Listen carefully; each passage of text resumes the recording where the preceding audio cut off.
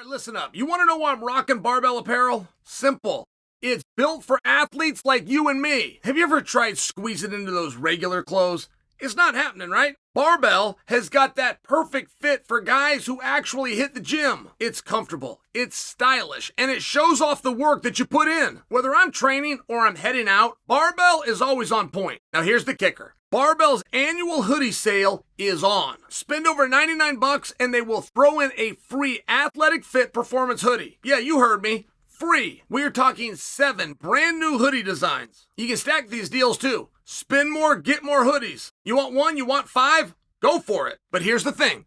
These designs sell out every single year. So if you wait, you will miss out. Limited time, limited stock. So stop wasting time and go hit up Barbell Apparel. Get your gear. Get your free hoodie and look like a champ. Barbell Apparel. Built for athletes, built for you. Go to barbellapparel.com or just click on the link below. Chimaev next for Dricus Du Plessis, or Sean Strickland next for Dricus Du Plessis. Now, I only bring this to you because Dricus put out a tweet, and I was a little bit confused by it. First off, he was a real sportsman. He said it was hard to see that happen to Rob Whittaker. And he welcomed Chimaev as a contender. Okay. Now, where I tell you I'm confused is I just don't know if he's, like Captain Obvious can realize that Chimaev is now a contender. As a matter of fact, Chimaev went into this fight ranked number 13, but I don't think there's anybody within the rules committee that really believes there's 12 other guys in the organization that can beat him. And by the way, it would have been really hard to explain had we followed through with the plan when Chimaev beat Kamaru Usman.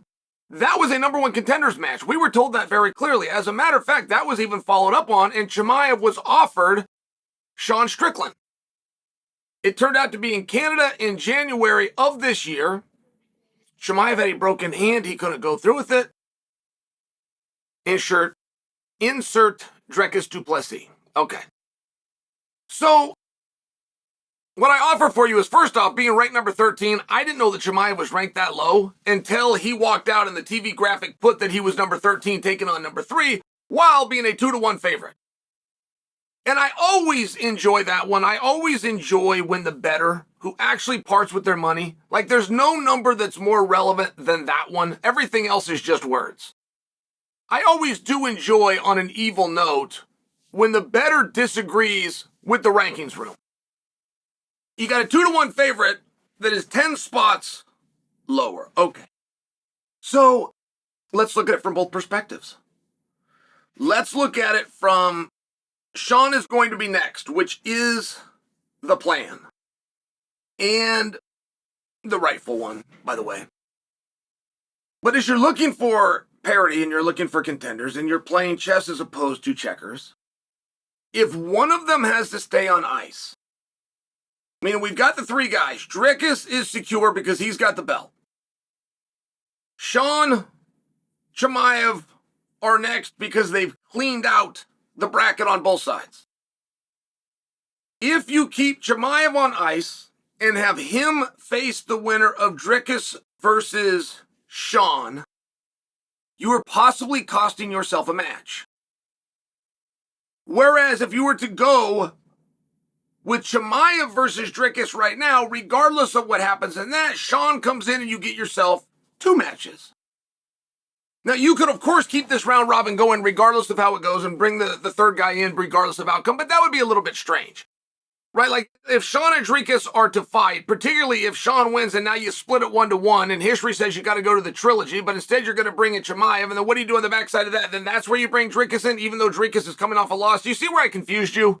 You see where I confused you pretty quickly? But I don't know what Dricus wants. Now, I will share with you, Sean Strickland is fighting for the title next. We are purely having a conversation right now. But it's a meaningful conversation to have, because when you have problems like this within the sport or within the division, that's when the sport and the division is at its strongest. When we're sitting here arguing about who should go next, and it's a very close argument, when you're sitting there with a fight, you've got multiple names that could go next, that deserve to go next, right? Like on one hand, Sean Strickland is a former world champion who earned his way back to this spot, and many don't believe he lost the spot in the very first place. That's a really powerful argument. Meanwhile, Chimaev for sure earned a title shot, all the way back with his win over Kamaru Usman, and now has re-earned a title shot with another number one contender's win over a former world champion, Robert Whittaker. Oh, and by the way, Chimaev is completely undefeated. Now, if you could only be one of the two, you personally could only be one of the two. You could be undefeated, which, whoa, that's impressive, right? Your career ends, though. There it is. You were undefeated. Or you could be a former world champion. Would you care what your record was? And do you see where former world champion trumps undefeated? Would you agree with me? Would you disagree with that? So I don't fully know where Dricus is at. I don't know where the organization is at. I know what I was told. I know what I read as an outsider and a viewer. I know what I was told when I went directly to Sean Strickland and said to him, hey, does this change anything for you? Is this number one contendership up for grabs? The way I have understood it is the way that I still understand it, which is that Sean and Dricus next, and the winner of Whittaker versus Chimaev comes in after that. I'm pausing and waiting for anybody to disagree with me. One thing that I have not seen Chimaev do, and I respect it, is Chimaev has not tried to take that spot from Strickland. And it would be fair game if he did, right? I mean, it's a very dog-eat-dog world. But I offer you as evidence that Chimaev has not tried to take the fight, that Chimaev understands it the same way that I do, which is he's got the fight. Chimaev's next fight is for a world championship, but his next fight is not the next time the world championship is being contested.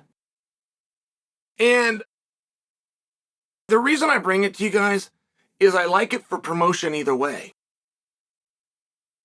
I mean, I love the idea of having Chimaev ringside, knowing that after Whittaker Strickland, whoever comes out of that, right, that feels like a straight line bracket to me. That feels like we're taking politics out.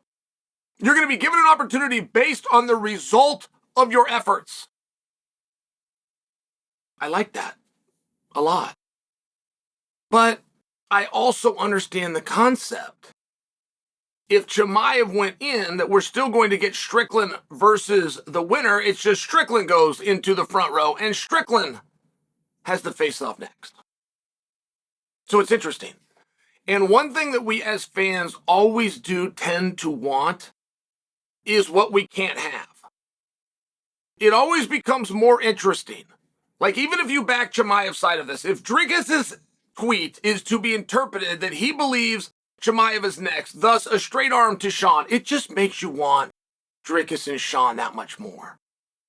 It's a very interesting piece of the psychology. I would even compare that to the love that the community is showing right now for Francis versus Jones. However, when they were both under contract with the UFC, you guys really weren't fighting that hard to see that match. There's something about not being able to get it. So let's see where that goes. And maybe Dricus will clear that up.